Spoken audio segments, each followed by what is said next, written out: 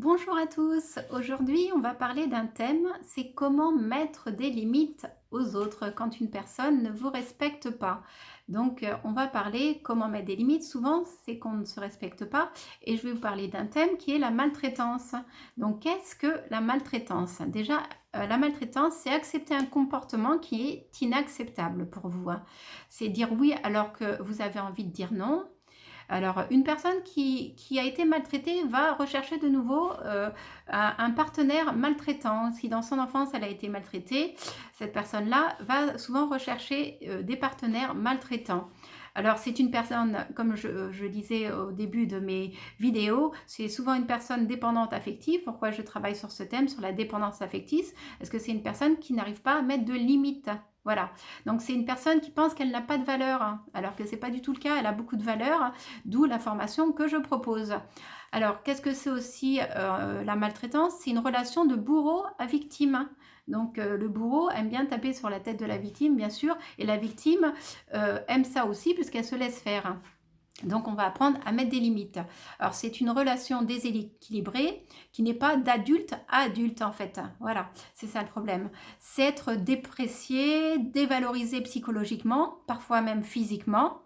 C'est une personne qui ne vous prend pas en considération, qui ne prend pas en considération vos besoins, ne sont pas prioritaires, ne sont pas importants. Voilà.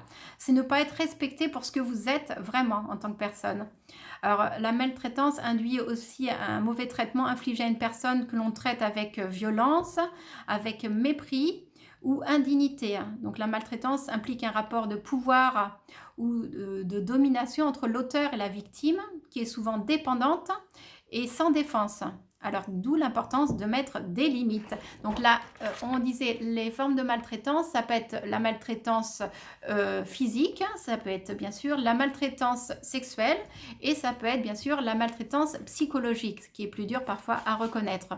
Alors, comment reconnaître les signes de maltraitance chez soi? Donc, on commence à avoir des troubles dépressifs. On a une baisse d'estime de soi aussi qui devient flagrante. On peut avoir des conduites suicidaires, donc des troubles de somatisation tels que des céphalées, des douleurs abdominales. Donc voilà, il peut y avoir des énurésies aussi, c'est une émission involontaire et inconsciente d'urine. Ça peut être l'incoprésie, c'est une forme d'incontinence fécale. Voilà, donc ça va être les signes pour reconnaître la maltraitance. Donc là, comme je vous disais, une baisse d'estime de soi qui est très très très forte. Donc faites attention à ça pour traiter, pour voir si vous vous sentez maltraité dans votre vie, ce que vous ressentez physiquement, d'où les hypersensibles, comme ce sont des personnes très intuitives, d'écouter son corps en fait. Votre corps vous parle et vous dit si ce que vous ressentez, vous sentez bien ou pas bien.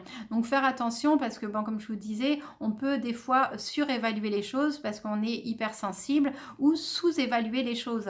Et du coup, ne pas reconnaître quand on est maltraité et quand la personne a outrepassé nos limites. Donc parce qu'on n'a pas su les mettre et qu'on a une valeur, une pensée un peu floue de ce qu'on est en fait. Donc il va y avoir plusieurs ouvrages que je vais vous soumettre comme d'habitude. J'adore ça. Donc des ouvrages qui sont été faits spécialement pour reconnaître en fait des personnes qui vous vampirisent et du coup où vous avez du mal à vous positionner, à mettre des limites. Donc il y a un livre de Stéphane Clerget qui s'appelle Les vampires psychiques. Je le mets dans les descriptifs à côté du thème de mon thème. Donc vous verrez un petit onglet comme ceci. Vous cliquez dessus et c'est description et il y a tous les livres qui vont s'afficher que je vous soumets. Donc je vous l'ai dit verbalement, alors le docteur Stéphane Clerget a écrit Les vampires psychiques, alors comment les reconnaître et comment échapper à leur emprise. Donc on peut reconnaître aussi certains comportements qu'on peut aussi avoir aussi en tant que, on peut aussi soi-même vampiriser les autres à des moments et du coup c'est important de repérer ces comportements-là pour pouvoir les changer, hein. Donc voilà, comme je dis, un comportement, ce qui est bien, c'est qu'on a la possibilité de le changer, ça vient pas d'une autre personne, hein, c'est nous. Donc on peut avoir à faire et les reconnaître et voir comment le changer.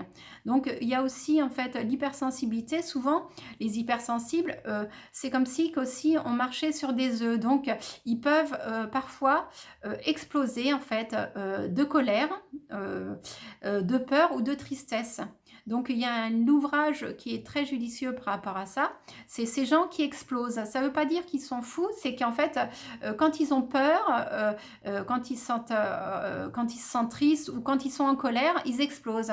Donc ça peut être des comportements qu'on peut avoir. Et je vous dis, les comportements qu'on repère chez les autres, c'est les comportements qu'on a aussi soi. Donc être vigilant et être bienveillant aussi envers les autres, sachant que tout ce qu'on voit chez les autres, la vie est un miroir. Ce qu'on voit de beau chez les autres, c'est aussi ce qu'on a chez soi. Et les comportements qui sont préjudiciables chez les autres existent aussi en nous.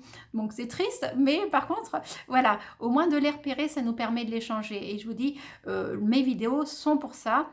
Mes formations sont ouvertes pour ça, pour vous aider à mettre des limites et à avancer dans la vie, à vous sentir heureux, épanoui, avoir des objectifs, ne plus se centrer que sur une personne et ne pas se sentir isolé. Donc je vous disais dans mes précédentes vidéos de vous réunir, de ne pas rester seul, de profiter des uns et des autres, voilà, de se réunir et de partager des bons moments conviviaux et ne pas regarder uniquement en fait des choses tristes, des choses qui vous peinent par rapport à ce qu'on vit actuellement au niveau de la crise sanitaire qui a été mise en place. Voilà, comment sortir de tout ça, avoir des relations riches, satisfaisantes et bienveillantes, c'est très important. Voilà, savoir ce qu'on a envie de faire, quels sont ses objectifs, qu'est-ce qu'on a envie, qu'est-ce qui nous rendrait heureux et de le mettre en place. Donc ma formation est vraiment basée sur tous ces thèmes-là. Donc je vous invite à me contacter. Donc pareil, dans le descriptif, ce petit onglet à côté de mon thème. Donc vous cliquez dessus et vous voyez comment me contacter, mon adresse mail. Et évidemment, je vous contacterai et on prendra rendez-vous et on travaillera sur ces thèmes-là. Et peut-être vous suivrez la formation à partir du mois de septembre. Donc il y a un autre livre de Lillian Glass. Elle a écrit un livre qui est très bien, qui s'appelle « Ces gens qui vous empoisonnent l'existence ». Donc voilà, encore un livre qui vous permettra de voir des gens qui peuvent être toxiques pour vous. Alors je vous dis, ça peut être toxique pour vous, mais pas forcément pour la personne à côté de vous. Hein. Donc chacun a un seuil de tolérance qui est différent. Et des fois, il y a des comportements où on ne sait pas pourquoi, en fait, ces personnes ne conviennent pas, en fait. On n'est pas, comme on dit, sur la même longueur d'onde. Ou alors, on peut l'être à un moment et puis à un autre. Voilà. Comme je vous dis, faites attention en tant qu'hypersensible. Ne rejetez pas tout ce qui est différent de vous.